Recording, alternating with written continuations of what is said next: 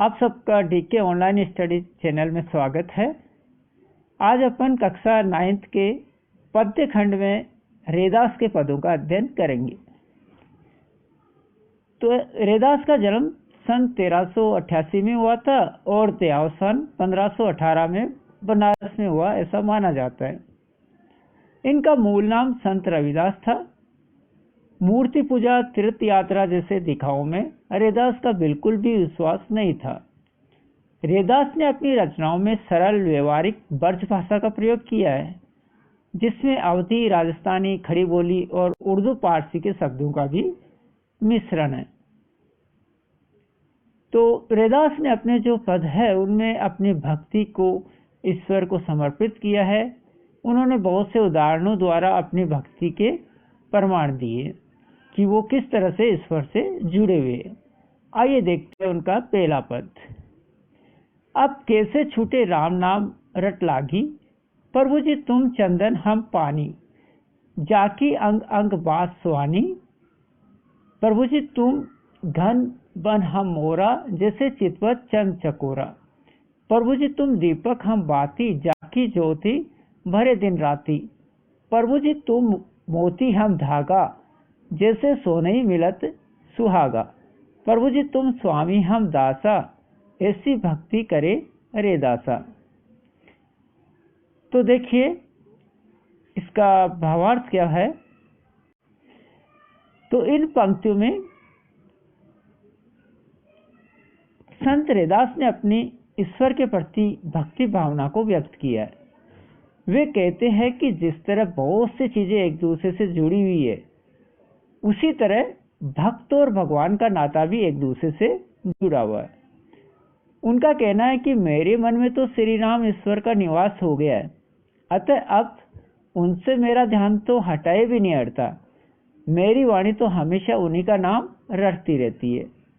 आगे वे कहते हैं कि प्रभु आप चंदन हो और मैं पानी।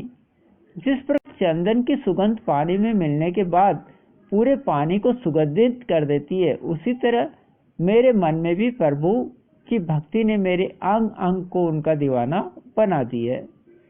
अगली पंक्ति में वे कहते हैं कि प्रभु आप बादल है और मैं मोर।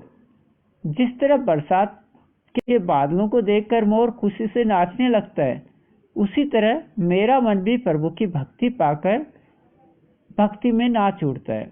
जैसे चंद्रमा को अत्यधिक प्रेम करने वाला चकोर पक्षी बड़े प्रेम से एकटक अपने प्रेमी को निहारता रहता है, उसी तरह मैं भी आपके सुंदर और पवित्र रूप को अपनी भक्ति और प्रेम से निहारता रहता हूँ।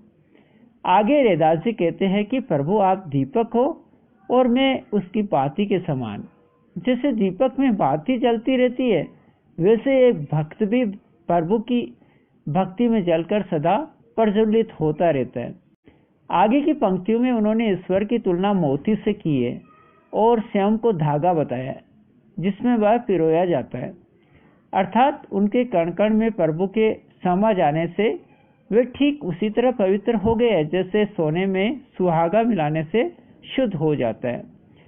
इस प्रकार रैदास ने अपने पदों में अपनी भक्ति का वर्णन करते हुए स्वयं को एक दास और प्रभु को अपना स्वामी बताया है। उपरोक्त पंक्तियों में रैदास ने अपने आप को ईश्वर से जोड़ा है और उसको जोड़ने के लिए उन्होंने बहुत से उदाहरण दिए। अब देखते हैं उनके दूसरे पद को। दूसरा पद है, ऐसी लाल तुझ बिनु कहु न करे, गरीब निवाजो गुस्सू आ मेरा, माथे छत्रु धरे। जाकी छोटी जगत कहू लागे, ता पर तू ही डरे। नीचू ऊंच करे मेरा गोविंदु, कहूँ ते न डरे।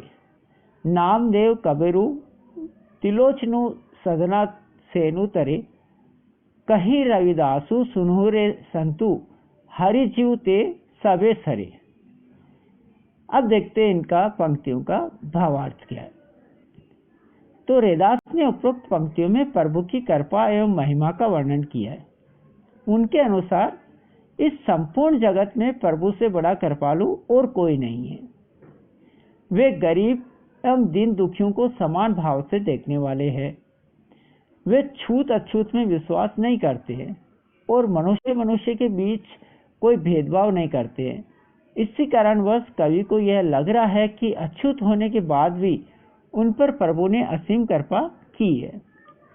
प्रभु की इस कृपा की वजह से कवि को अपने माथे पर राजाओं जैसा छत्र महसूस हो रहा है।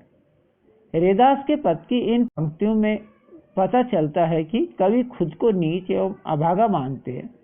उसके बाद भी प्रभु ने उनके ऊपर जो कृपा दिखाई है, कवि उससे फूले नहीं समा रहे। प्रभु अपने भक्तों में भेदभाव नहीं करते, वे सदैव अपने भक्तों को समान दृष्टि से देखते हैं।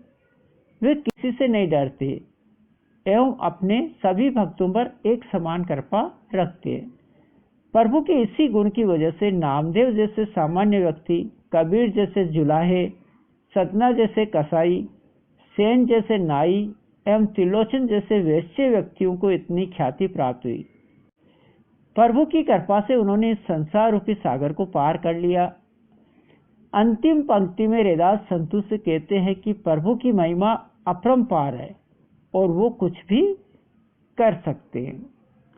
तो इस प्रकार से इन पदों में रैदास ने प्रभु की भक्ति का महत्व बताया और प्रभु की उदारता का वर्णन करा कि प्रभु अपने भक्तों के लिए क्या क्या करते हैं। तो आशा है आप लोगों को ये दोनों पदों का भावार्थ समझ में आया होगा और पसंद आया होगा।